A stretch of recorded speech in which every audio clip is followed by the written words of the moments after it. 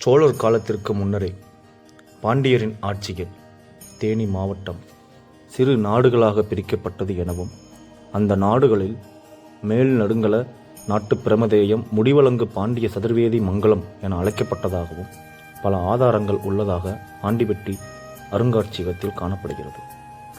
ஒரு பழமையான ஊருக்கு மட்டுமே அக்ராகரம் இருக்கும், படித்துறைகள் இருக்கும், நதிகளை ஒட்டி மனித குடியிருப்புகளும் இருக்கும்.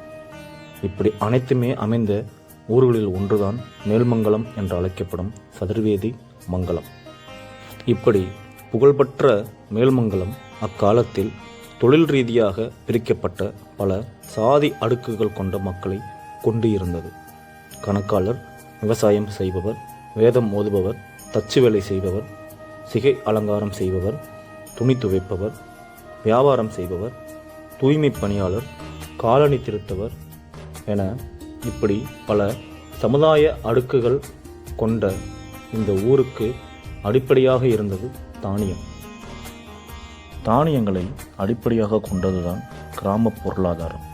அக்காலத்தில் நெல்மணிகள் தான் இந்த ஊரில் அனைத்தையுமே நிர்ணயம் செய்தன. அப்பொழுது குடியானவர்களுக்கு இருந்த தொழில் 3 மட்டுமே: மேய்ச்சல், விவசாயம் செய்தல், மலை ஏறுதல். ஆம், மேல்மங்கலத்தில் மாடுகள் இல்லாத வீடுகளே இல்லை என சொல்லலாம். கோயில் மாடுகள் மற்றும் ஏனைய மாடுகள் அடைவதற்கு மந்தைகளும் இந்த ஊரில் இருந்தன. முருகமலை.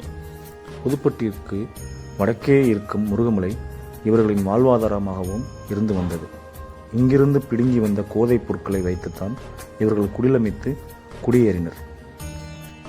தச்சு வேலை செய்பவர், சிகை அலங்காரம் செய்பவர், துணி துவைப்பவர், அவரவர் வேலைக்கு ஏற்ப அவரவருக்கு நெல்மணிகள் மற்றும் கருது அறுக்கும்போது கூலியாக வழங்கப்பட்டது. பணம் கொடுக்கப்படவே இல்லை. பணப்பரிமாற்றம் இந்த ஊரில் நடக்கவே இல்லை. களத்து கடைகளில் நெல்மணிகளையும் நெற்கதிர்களையும் கொடுத்து தனக்கு தேவையான தின்பண்டங்களையும் பொருட்களையும் வாங்கிச் சென்றனர். இப்படி களத்துக்கடை ஒவ்வொரு நெல்களத்திலும் இருந்ததுண்டு. இப்படி நெல்மணிகள் கிராம பொருளாதாரத்தை நிர்ணயித்த போது இந்த நெல்மணிகளை காப்பாற்ற ஒரு கூட்டம் தேவைப்பட்டது. அதுவே புறவுக்காவல்.